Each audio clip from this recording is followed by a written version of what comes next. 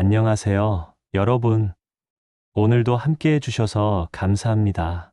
혹시 기도하면서 내가 제대로 기도하고 있는 걸까 하고 고민해 보신 적 있으신가요? 오늘은 예수님이 직접 가르쳐 주신 올바른 기도의 방법을 함께 나누며 우리의 삶을 변화시키는 놀라운 비밀을 살펴보겠습니다. 끝까지 함께 해주세요. 만약 한 번의 기도가 여러분의 삶을 완전히 바꿀 수 있다면 어떨까요? 평안과 치유, 그리고 창조주와의 더 깊은 연결을 가져다 줄 수 있는 기도의 방법이 있다면요. 우리는 모두 기도해왔지만 한 번쯤 스스로에게 이런 질문을 해본 적이 있을 것입니다. 나는 정말 올바른 방식으로 기도하고 있는 걸까? 사실 더 나은 방법이 있습니다. 예수님께서 직접 알려주신 기도의 길, 그것이 바로 여러분의 모든 것을 바꿀 수 있는 열쇠입니다. 생각해 보세요. 지금 여러분의 삶에서 단 하나 바꾸고 싶은 것이 있다면 무엇입니까? 재정적인 어려움으로 인한 스트레스입니까? 깨어진 관계의 아픔입니까? 아니면 여러분을 짓누르는 불안의 무게입니까? 무엇이든 간에 예수님은 우리에게 하나님과 연결되어 지속적인 평안과 자유를 누리는 방법을 보여주셨습니다. 이 영상에서는 많은 사람들이 하나님께 기도할 때 흔히 저지르는 실수를 밝히고 예수님이 가르치신 대로 능력 있고 목적 있으며 평안을 주는 기도의 방법을 알려드리겠습니다. 가장 흔한 실수 중 하나는 기도를 시작하자마자 자신의 요구를 쏟아내는 것입니다. 하지만 예수님은 마태복음 6장 9절에서 이렇게 기도를 시작하셨습니다. 하늘에 계신 우리 아버지, 이름이 거룩히 여김을 받으시오며. 여기서 예수님은 기도가 예배로부터 시작됨을 알려주십니다. 아버지의 이름이 거룩히 여김을 받으시오며라고 고백할 때 우리는 하나님의 거룩함, 위대하심, 그리고 모든 것 위에 계신 권위를 인정하는 것입니다. 거룩하다는 말은 구별되다, 신성하다, 경외할 만하다라는 뜻입니다. 출애굽기 3장 5절에서 모세가 불타는 떨기나무 앞에 섰을 때 하나님께서 그에게 말씀하셨습니다. 내가 선 곳은 거룩한 땅이니 내 발에서 신을 벗으라. 그것은 단순히 물리적인 공간에 대한 말씀이 아니었습니다. 바로 하나님의 임재 앞에서 거룩함을 인정하라는 뜻이었습니다. 따라서 기도할 때 먼저 하나님이 누구신지에 집중하십시오. 하나님은 거룩하십니다. 나의 창조주, 나의 아버지, 나의 공급자이십니다. 저는 하나님을 예배합니다. 이 고백은 우리의 시선을 바꾸고 하나님과의 참된 연결을 준비시킵니다. 기도는 단순히 무엇을 달라고 요청하는 것이 아니라 우리가 마주하고 있는 분을 존귀하게 하는 것입니다. 예배로 기도를 시작할 때 비로소 우리의 마음이 그분께로 향하게 됩니다. 이것은 우리가 기도의 다른 모든 부분에 접근하는 방식을 바꿉니다. 많은 사람들이 또 흔히 하는 실수는 기도를 요구 목록처럼 여기는 것입니다. 하지만 예수님은 마태복음 6장 10절에서 이렇게 가르치십니다. 나라가 임하시오며 뜻이 하늘에서 이루어진 것 같이 땅에서도 이루어지이다. 마태는 우리에게 알려줍니다. 기도는 하나님을 설득하여 우리의 뜻을 이루게 하는 것이 아니라 우리의 마음을 하나님의 뜻에 맞추는 것이라고 말입니다. 겟세마네 동산에서의 예수님을 생각해 보세요. 마태복음 26장 39절에서 예수님은 이렇게 기도하셨습니다. 내 아버지여, 만일 할만하시거든 이 잔을 내게서 지나가게 하옵소서. 그러나 나의 원대로 마시옵고 아버지의 원대로 하옵소서. 예수님은 상상할 수 없는 고통을 앞두고 계셨지만 자신의 계획보다 하나님의 계획이 더 크고 선하심을 신뢰하셨습니다. 기도할 때 이렇게 말해보세요. 주님, 제 뜻대로 되지 않더라도 주님의 뜻이 완전하심을 믿습니다. 제 계획을 내려놓고 제 마음을 주님의 뜻에 맞추게 하옵소서. 이것은 쉽지 않을 수 있지만 우리가 보지 못하는 방식으로 하나님이 역사하실 문을 열어줍니다. 하나님의 뜻을 신뢰할 때 불확실성 한가운데서도 평안을 얻게 됩니다. 또 다른 흔한 실수는 걱정이 기도를 지배하도록 내버려 두는 것입니다. 예수님은 마태복음 6장 11절에서 이렇게 기도하라고 하십니다. 오늘 우리에게 일용할 양식을 주시옵고. 마태는 여기서 기도란 내일에 대한 두려움에 사로잡히는 것이 아니라 오늘 필요한 것을 하나님께 신뢰하는 것임을 가르칩니다. 출애굽기 16장을 떠올려 보십시오. 이스라엘 백성이 광야에 있을 때 하나님은 매일 아침 만나를 내려주셨습니다. 그러나 그날 필요한 양만 주셨고 더 모아두려 하면 썩어버렸습니다. 이것은 하루하루 하나님을 신뢰하는 법을 가르치신 것입니다. 우리가 기도할 때 이렇게 고백할 수 있습니다. 주님, 오늘 필요한 것을 주실 것을 믿습니다. 내일에 대한 걱정을 내려놓고 주님의 신실하심을 신뢰하게 하옵소서.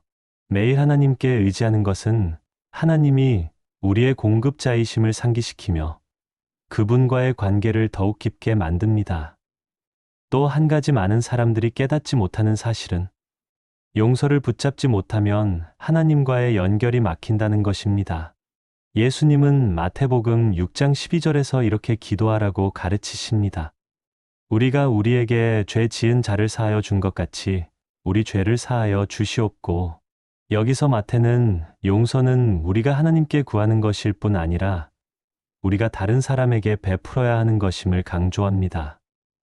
예수님은 14절, 15절에서 이렇게 더 분명히 말씀하십니다. 너희가 사람의 잘못을 용서하면 너희 하늘 아버지께서도 너희 잘못을 용서하시려니와 너희가 사람의 잘못을 용서하지 아니하면 너희 아버지께서도 너희 잘못을 용서하지 아니하시리라. 마태복음 18장 23절부터 35절에 나오는 용서하지 않는 종의 비유를 떠올려 보십시오. 그 종은 주인에게 엄청난 빚을 지고 있었지만 용서받았습니다. 그러나 자신에게 아주 작은 빚을 진 사람에게는 자비를 베풀기를 거부했습니다. 주인은 크게 노하며 말했습니다. 내가 너를 불쌍히 여긴 것처럼 너도 내 동료를 불쌍히 여겼어야 하지 않느냐? 용서는 단순히 누군가의 행동을 눈감아 주는 것이 아닙니다. 우리 자신을 쓴뿌리와 원망에서 해방시키고 하나님의 은혜가 들어올 자리를 여는 것입니다. 기도할 때 이렇게 고백해 보십시오. 주님, 이 사람을 주님께 맡깁니다. 제 마음을 치유하시고 주님의 은혜 안에서 살게 하옵소서. 용서를 내려놓는 순간 치유와 평안의 문이 열립니다. 기도에 있어 많은 사람들이 있는 또 한 가지는 우리가 인생의 도전을 혼자 감당하도록 던져진 것이 아니라는 사실입니다. 예수님은 마태복음 6장 13절에서 이렇게 기도하라고 가르치십니다. 우리를 시험에 들게 하지 마시옵고 다만 악에서 구하시옵소서. 마태는 여기서 기도가 단순히 축복을 구하는 것에 그치지 않고 우리의 싸움 속에서 하나님의 도움을 구하는 것임을 보여줍니다. 시험은 여러 형태로 찾아올 수 있습니다. 포기하고 싶은 유혹, 분노로 행동하려는 유혹, 하나님의 길에서 벗어나려는 유혹. 하지만 우리는 혼자 힘으로 이겨낼 수 없습니다. 창세기 39장의 요셉을 떠올려 보십시오. 보디발의 아내가 유혹했을 때 요셉은 그 상황을 스스로 관리하려 하지 않았습니다. 그는 도망쳤고 하나님이 인도하시고 지켜주실 것을 신뢰했습니다. 하나님의 도우심에 대한 그의 믿음이 그를 죄에서 지켜주었습니다. 우리가 기도할 때 이렇게 말할 수 있습니다.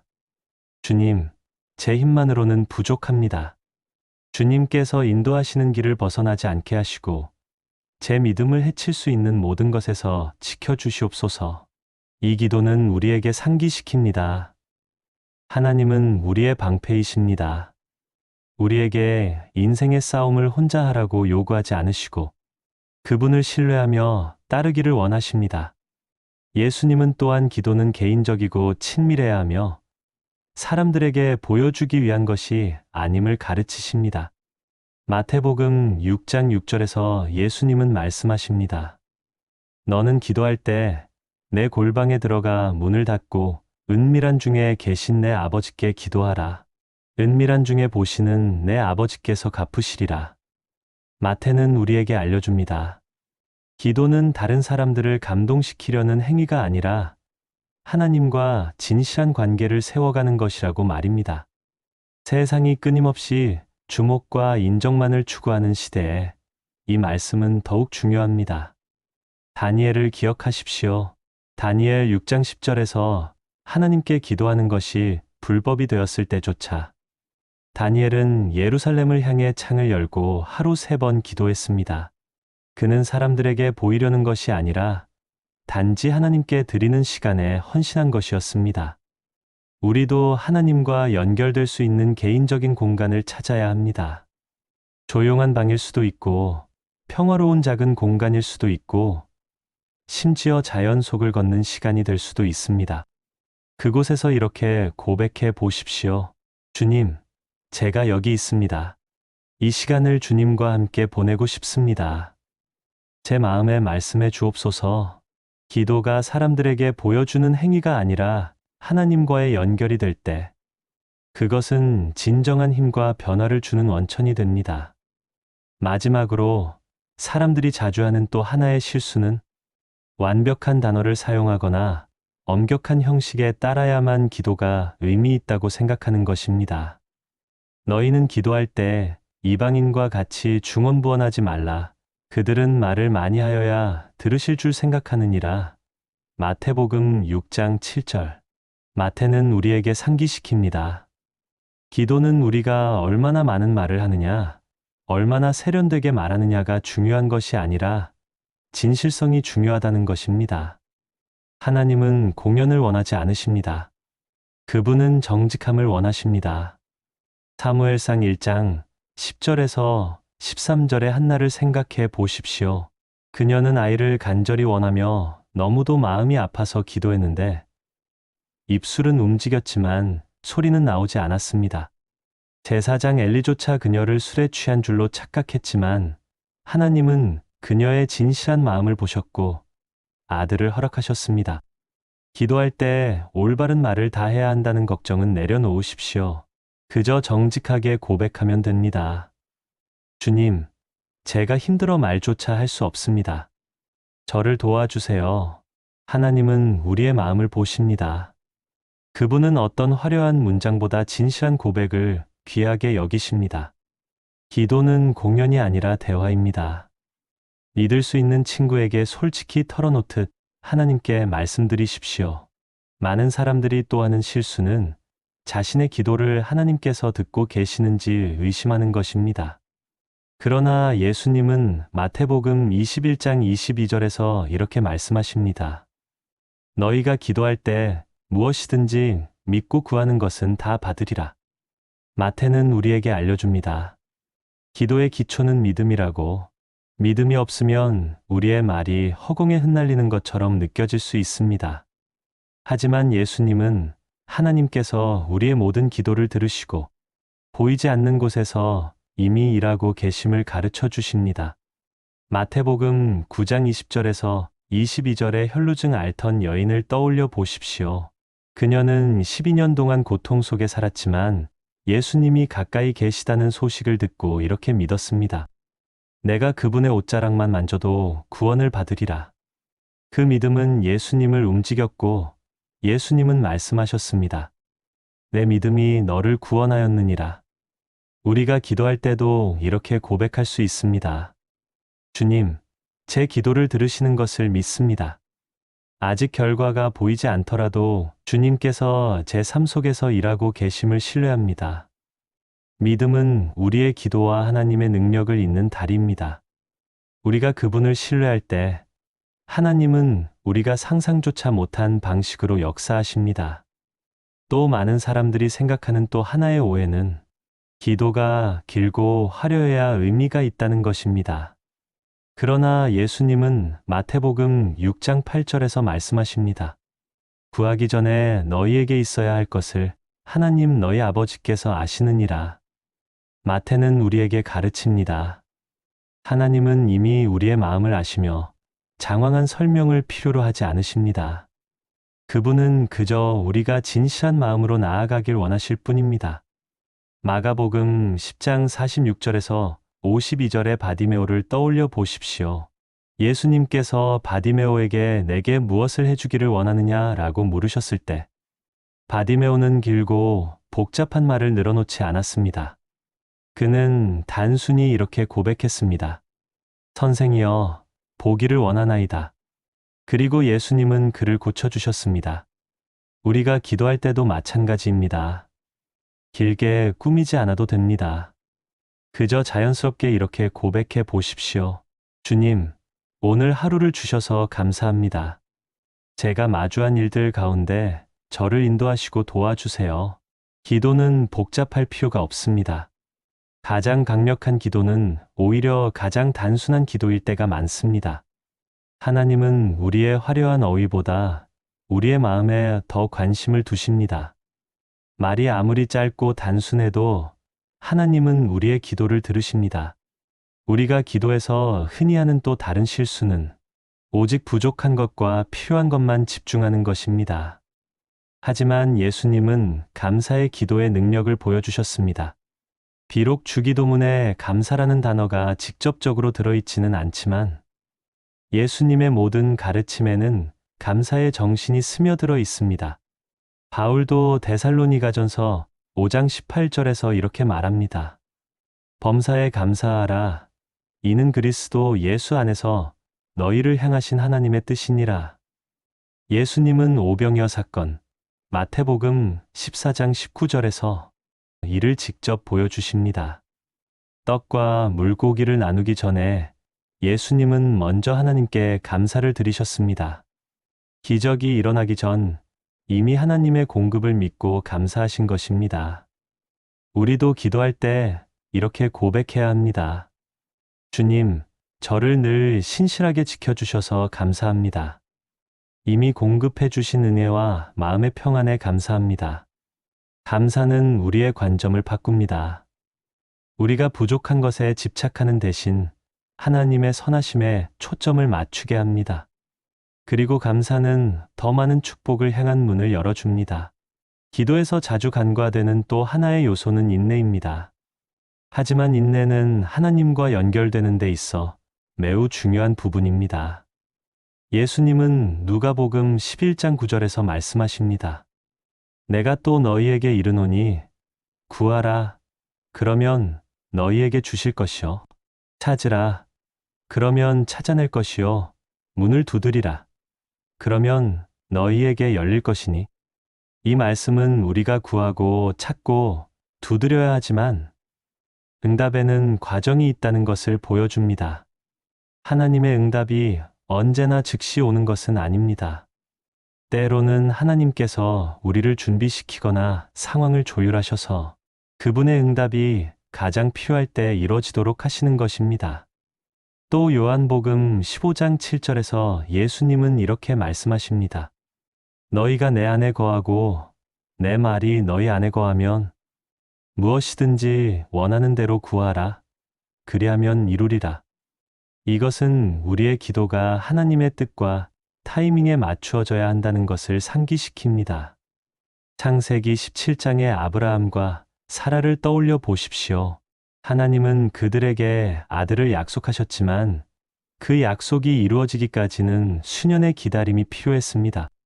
그들은 때로 의심했지만 하나님은 결국 그분의 말씀을 이루셨습니다. 하나님의 약속은 기다림이 길어도 반드시 성취됩니다. 기도할 때 이렇게 고백하십시오. 주님, 제 시간이 아니라 주님의 시간이 완전함을 믿습니다.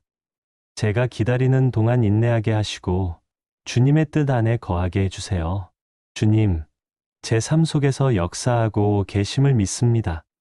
완전한 때에 응답해 주실 것을 신뢰합니다. 제 계획보다 주님의 계획이 언제나 더 선하심을 믿고 인내하며 기다리게 해주세요. 기도 속의 인내는 곧 믿음의 표현입니다. 하나님께서 필요한 때에 필요한 것을 채워주신다는 것을 신뢰하는 것입니다. 기도는 단지 우리가 원하는 것, 필요한 것을 구하는 데 그치지 않습니다. 기도는 또한 지혜를 구하는 것입니다. 야고보서 1장 5절은 이렇게 말합니다. 너희 중에 누구든지 지혜가 부족하거든 모든 사람에게 후히 주시고 꾸짖지 아니하시는 하나님께 구하라. 그리하면 주시리라. 마태는 우리에게 상기시킵니다. 하나님은 우리의 삶의 모든 영역에서 그분의 인도하심을 구하기 원하신다고. 우리는 살면서 크고 작은 결정들을 늘 마주합니다. 그리고 그때마다 하나님의 지혜가 필요합니다. 열왕기상 3장 9절의 솔로몬을 떠올려 보십시오.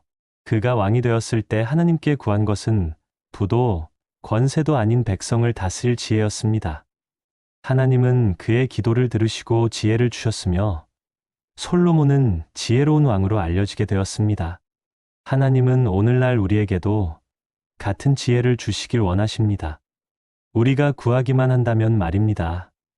기도할 때 이렇게 고백해 보십시오. 주님, 제게 주님의 눈으로 보게 하시고 주님을 기쁘시게 하는 결정을 내릴 수 있도록 지혜를 주세요. 기도는 하나님의 무한한 지혜와 연결되는 길이며 인생의 방향을 얻는 방법입니다. 또한 가장 강력한 기도의 방법 중 하나는 하나님의 약속과 말씀에 우리의 기도를 맞추는 것입니다. 예수님조차 기도하실 때 자주 성경 말씀을 인용하시며 아버지께 그분의 말씀을 상기시키셨습니다.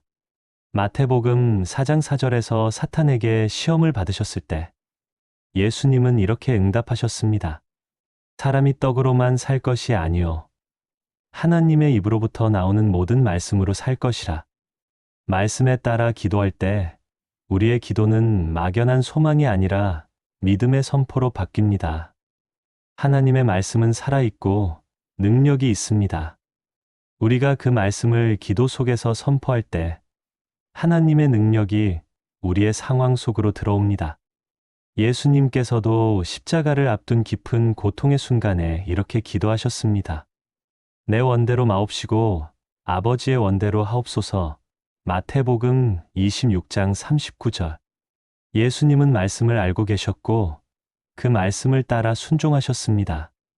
우리도 기도할 때 말씀을 붙들어야 합니다. 주님, 빌립보서 4장 19절에 기록된 대로 주께서 그리스도 예수 안에서 영광 가운데 그 풍성한 대로 제 모든 쓸 것을 채워주신다 하셨습니다. 저는 주님의 공급을 신뢰합니다. 이러한 기도는 우리의 마음에 깊이를 주고 확신을 더합니다. 하나님의 뜻을 말씀으로 확인하며 기도의 자리에서 그분의 진리를 선포하는 것입니다. 사랑하는 여러분, 우리가 지금까지 살펴본 것들을 기억하십시오. 기도는 단순한 의식이나 정해진 문구가 아닙니다. 기도는 창조주와 나누는 강력한 대화이며 우리의 마음을 하나님의 뜻에 맞추는 길입니다. 예수님은 우리에게 기도하는 법을 가르쳐 주셨습니다. 그분의 본을 따를 때 우리는 하나님과 깊고 개인적인 관계 속으로 들어가게 되고 그것은 우리의 삶과 상황을 변화시킵니다. 한번 상상해 보십시오. 만약 우리가 기도를 이렇게 드린다면 하나님을 예배하고 우리의 뜻을 내려놓고 일용할 양식을 구하며 다른 사람을 용서하고 하나님의 때를 신뢰하며 지혜를 구한다면 우리의 기도 생활은 힘과 소망, 그리고 돌파의 원천이 될 것입니다. 이제 함께 기도하겠습니다. 지금 어디에 계시든 이 기도를 신뢰와 순종, 소망의 고백으로 함께 올려드리십시오. 하늘에 계신 아버지, 기도라는 특권을 주셔서 감사합니다. 우리가 주님의 자녀로서 주 앞에 나올 수 있음에 감사합니다. 주님, 주님의 거룩하심과 위대하심, 변함없는 사랑을 찬양합니다. 오늘 우리의 뜻을 주님께 맡기오니 우리의 마음이 주님의 뜻에 합해지게 하옵소서. 주님, 오늘의 필요를 채워주실 것을 신뢰합니다.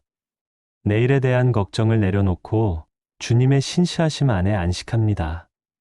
우리를 상처 준 사람들을 용서합니다. 쓴 뿌리를 내려놓고 주님의 은혜를 붙들게 하옵소서. 우리의 모든 어려움 가운데 주님을 초대합니다. 주님께서 우리의 방패여, 인도자 되심을 믿습니다. 습관이 아니라 마음으로 기도하게 하옵소서. 기도가 정직과 진실로 가득하게 하옵소서. 주님, 저희의 기도를 들으시는 것을 믿습니다. 그리고 주님의 완전한 때에 응답해 주실 것을 신뢰합니다. 주님, 또한 지혜를 구합니다. 주님을 영화롭게 하고 주님의 뜻에 더 가까이 나아가는 선택을 하도록 이끌어 주시옵소서. 아버지, 주님의 사랑과 지혜와 은혜에 감사드립니다. 기대하는 마음으로 기다리며 언제나 제 삶 속에서 일하시는 주님을 신뢰합니다. 예수님의 이름으로 기도드립니다. 아멘. 오늘 말씀과 기도가 여러분의 삶 속에 큰 힘과 위로가 되기를 바랍니다. 기도는 단순한 의식이 아니라 하나님과의 살아있는 대화입니다. 이 영상이 도움이 되셨다면 좋아요와 구독으로 함께 해주시고 댓글로 여러분의 기도 제목이나 은혜 받은 부분을 나눠주세요. 여러분의 삶에 하나님의 평안과 축복이 가득하시길 기도합니다.